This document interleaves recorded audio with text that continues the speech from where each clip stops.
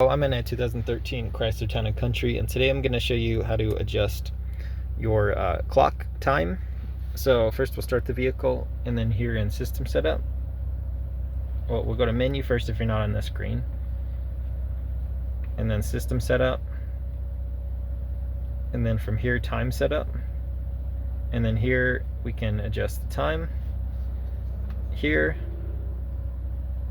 and you can adjust if it displays or not while the radio is off. And the user time, this is where you can manually set it.